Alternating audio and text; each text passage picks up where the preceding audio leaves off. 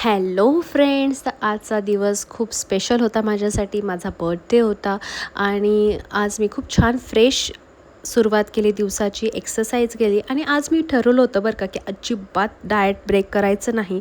पण काय करणार, प्रेमाने काही गोष्टी कोणी दिल्या की आपल्याला स्वीकाराव्या लागतात. जसं की माझ्या नवऱ्याने खूप छान प्रेमाने दडपे पोहे केले होते नाश्त्याला, ते खाल्ले. आईने छान पनीर, फुलका, कोशिंबीर केली होती, ती खाल्ली. त्यानंतर सासरी गेले होते, तिथेही बर्थडे सेलिब्रेट केला. त्यानंतर वॉकिंग केलं. आईनेही छान औक्षण केलं संध्याकाळी. मग आम्ही डिनरला गेलो आणि तिथे माझ्यासाठी खूप मोठं सरप्राईज होतं. नवऱ्याने माझ्या आधीच डेकोरेशन वगैरे सांगितलेलं होतं, सो माझ्यासाठी ते सरप्राईज होतं. ते छान एन्जॉय केलं आणि डिनरमध्ये सुद्धा मी पनीर वगैरे खाऊ असा विचार केला होता, पण ते नाही शक्य झालं. मी पोटभर खाल्लं. ठीक आहे म्हटलं, जाऊ दे, आज बर्थडे आहे तर आपण थोडंसं पोटभर जेवूयात, उद्यापासून परत डाएट करूयात. सो आजचा दिवस टेस्टी डिनर करून छान असा संपवला.